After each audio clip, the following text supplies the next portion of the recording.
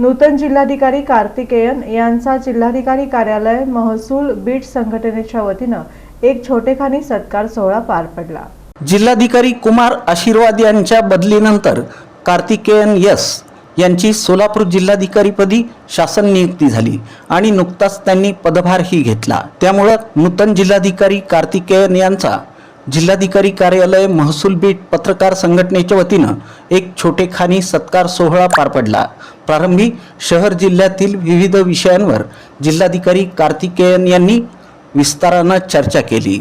जिल्ह्यातील 11 तालुक्यांमधील सर्वसामान्य जनतेचे प्रश्न त्यांनी जाणून घेतले आणि सोलापूर जिल्ह्यासाठी महत्त्वाचे असलेले त्यांचे काही संकल्पही जिल्हाधिकाऱ्यांनी सांगितले।